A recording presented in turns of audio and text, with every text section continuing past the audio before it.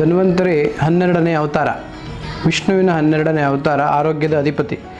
So ಸಮುದ್ರ ಮಥನ ಆಗುವಾಗ ಅಮೃತ ಕಳಶ ಹಿಡ್ಕೊಂಬರ್ತಾರಲ್ಲ, ಅದೇ ಅಮೃತ ಕಳಶ. ಅದು ಆಯುರ್ವೇದ ಅಮೃತಾನಾಂ ಶ್ರೇಷ್ಠಂ ಅಂತ ಕರಿತೀವಿ. ಸೊ ಸಮುದ್ರ ಮಥನ ಆಗುವಾಗ ಶಿವ ವಿಷ ಕೊಡಿದಾಗ ಅದರ ಔಷಧಿ ಪರಿಹಾರಾರ್ಥವಾಗಿ ವಿಷ್ಣು ಧನ್ವಂತರಿ ರೂಪದಲ್ಲಿ ಉದಯಿಸ್ತಾನೆ.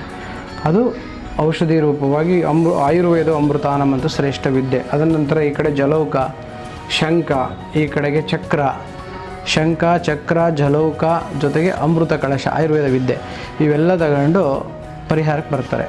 ಸೊ ಆ ಒಂದು ವಿಶೇಷವಾಗಿರ್ತಕ್ಕಂಥ ಧನ್ವಂತರಿಯ ಸ್ವರೂಪವಾಗಿರುವ ಧನ್ವಂತರಿ ಸ್ವರೂಪ ವಿಷ್ಣುವಿನ ಅವತಾರ. ಸೊ ಹಾಗಾಗಿ ನಾವು ಆರೋಗ್ಯದ ಅಧಿಪತಿಯಾಗಿರುವ ಧನ್ವಂತರಿನ ಆರೋಗ್ಯ ಬೇಕು ಅಂಥೇಳಿ ಕೇಳುವಂಥದ್ದು ಬದ್ಧತೆ. ಜೊತೆಗೆ ಆರೋಗ್ಯ ಯಾಕೆ ತಪ್ಪುತ್ತೆ ಅನ್ನೋದು ಭಾಳ ಇಂಪಾರ್ಟೆಂಟ್.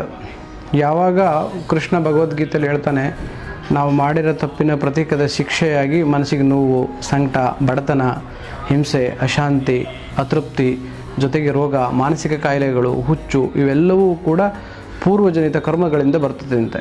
ಹಾಗಾಗಿ ಆ ಕರ್ಮವನ್ನು ಕ್ಷಯ ಮಾಡು, ತಪ್ಪು ಮಾಡಿರೋ ಏನಾದರೂ ತಪ್ಪಾಗಿದ್ದರೆ ಅದಕ್ಕೂ ಕ್ಷಮೆ ಇರಲಿ ಅಂಥೇಳಿ ದೇವರ ಪಾದಕ್ಕೆ ನಾವು ಒಂದು ಸಂಕಲ್ಪವನ್ನು ಸಲ್ಲಿಸಿ, ಜೊತೆಗೆ ಪ್ರಾಯಶ್ಚಿತ್ತವನ್ನು ಫೀಲ್ ಮಾಡ್ಬೇಕಂತೆ.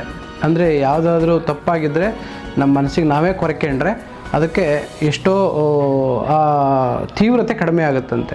ಹಾಗಾಗಿ ಆಯುರ್ವೇದದಲ್ಲಿ ಚಿಕಿತ್ಸಿತಂ ವ್ಯಾಧಿಹರಂ ಪಥ್ಯಂ ಸಾಧನಂ ಔಷಧಂ ಪ್ರಾಯಶ್ಚಿತ್ತಂ ಅಂತ ಹೇಳ್ತಾನೆ. ಅಂದರೆ ಚಿಕಿತ್ಸೆ ಇನ್ನೊಂದು ಹೆಸರು ಪ್ರಾಯಶ್ಚಿತ್ತ ಅಂತ. ಸೊ ಆ ಪ್ರಾಯಶ್ಚಿತ್ತನೂ ಚಿಕಿತ್ಸೆ ಅಂತ ಹೇಳ್ತಾರೆ. ಹಾಗಾಗಿ ಇವತ್ತು ನಾವು ಆ ಥರದ್ದು ಒಂದು ಸಂಕಲ್ಪವನ್ನು ದೇವರ ಮುಂದೆ ಇಟ್ಟು ಆ ದೇವತೆಗಳಲ್ಲಿ ನಮ್ಮ ಒಂದು ಮನವಿಯನ್ನು ಸಲ್ಲಿಸೋಣ. ಚರಕ ಸಂಹಿತೆ ಅಂತ. ಚರಕ ಸಂಹಿತೆ ಅಂದರೆ 4500 ವರ್ಷಗಳ ಹಿಂದೆ ಬರೆದಿರ್ತಕ್ಕಂಥ ದಿವ್ಯ ಗ್ರಂಥ. ಇದು ಸಾಮಾನ್ಯರು ಬರೆದಿರೋದಲ್ಲ. ಬ್ರಹ್ಮಸ್ಮೃತೋ ಐಶೋವೇದಂ ಅಂತ ಬ್ರಹ್ಮ ಸೃಷ್ಟಿ ಮಾಡಿದಾಗನೇ ಆಯುರ್ವೇದ ವಿದ್ಯೆಯನ್ನು ಬರೆದು ತನ್ನ ಮಗು ಒಪ್ಪಿಸಿರ್ತಾನೆ. ಯಾರು? ಬ್ರಹ್ಮನ ಮಗ ದಕ್ಷ ಪ್ರಜಾಪತಿ. ದಕ್ಷ ಪ್ರಜಾಪತಿ ಅದನ್ನು ತಗೊಂಡು ಅವರು ಅಶ್ವಿನಿ ದೇವತೆಗಳಿಗೆ ಕೊಡ್ತಾರೆ. ದೇವತೆಗಳ ವೈದ್ಯರವರು ಅವರಿಗೆ ಕೊಡ್ತಾರೆ. ದೇವತೆಗಳ ವೈದ್ಯರು ದೇವತೆಗಳ ರಾಜ ಇಂದ್ರನಿಗೆ ಕೊಟ್ಟಿರ್ತಾರೆ. ಆ ಇಂದ್ರ ಇನ್ನೊಬ್ರಿಗೆ ಕೊಡಬೇಕಾಗಿರುತ್ತೆ. ಆ ಸಮಯದಲ್ಲಿ ಭೂಲೋಕದಲ್ಲಿ ವಿಘ್ನಭೂತ ಯದಾ ರೋಗ ಪ್ರಾದುರ್ಭೂತ ಶರಣಾಂ ತಪೋಪವಾಸ ಅಧ್ಯಯನ ಬ್ರಹ್ಮಚರ್ಯ ರತಾಯುಷಂ ಅಂತ ಹೇಳ್ತಾರೆ. ವಿಘ್ನಗಳು ರೋಗದ ಮುಖಾಂತರ ಮನುಷ್ಯರಿಗೆ ಕಾಡ್ತಾ ಇದ್ವು. ತಪಸ್ ಮಾಡೋಕ್ಕಾಗ್ತಿರಲಿಲ್ಲ, ವಿದ್ಯೆ ಓದೋಕ್ಕಾಗ್ತಿರಲಿಲ್ಲ, ವ್ರತಗಳನ್ನು ಮಾಡೋಕ್ಕಾಗ್ತಿರಲಿಲ್ಲ, ಅಧ್ಯಯನ ಮಾಡೋಕ್ಕಾಗ್ತಿರಲಿಲ್ಲ. ಇಂಥ ಸಮಯದಲ್ಲಿ ಋಷಿಗಳು ಹಿಮಾಲಯ ಪರ್ವತದಲ್ಲಿ ಕೂತು ತಪಸ್ ಮಾಡಿ ದಿವ್ಯ ಜ್ಞಾನವನ್ನು ಹೇಗೆ ಪಡೆಯೋದು ಅಂಥೇಳಿ ಸಭೆ ಮಾಡ್ತಾರೆ. ಅದರಲ್ಲಿ ಆತ್ರೇಯ ಪುನರ್ವಸು ಅನ್ನೋ ದೊಡ್ಡ ಋಷಿ ಅವರ ಮುಖಂಡತ್ವದಲ್ಲಿ ಒಬ್ಬರು ಇಂದ್ರನ ಹೋಗಿ ಭೇಟಿಯಾಗ್ತಾರೆ. ಹಿಂಗೆ ಭೂಲೋಕದಲ್ಲಿ ಸಮಸ್ಯೆ ಬಂದಿದೆ, ನಾವೇನು ಮಾಡಬೇಕು ಅಂದಾಗ ಇಂದ್ರ ಹೇಳ್ತಾರೆ, ನನಗೆ ಕೊಟ್ಟಿರ್ತಕ್ಕಂಥ ವಿದ್ಯೆ ಬ್ರಹ್ಮನಿಂದ ಬಂದಿರತಕ್ಕಂಥದ್ದು ಇದೆ, ಅದನ್ನು ಬಳಸಿ ನೀವು ಅಲ್ಲಿ ಸಮಸ್ಯೆಗಳನ್ನು ಸರಿ ಮಾಡ್ಕೊಳ್ಳಿ ಅಂತ ಹೇಳಿ ಕೊಡ್ತಾರೆ. ಅದೇ ವಿದ್ಯೆನೇ ಆಯುರ್ವೇದ ವಿದ್ಯೆ ಅಂತ ಇನ್ನೊಂದು ಪುರಾಣ ಹೇಳುತ್ತೆ.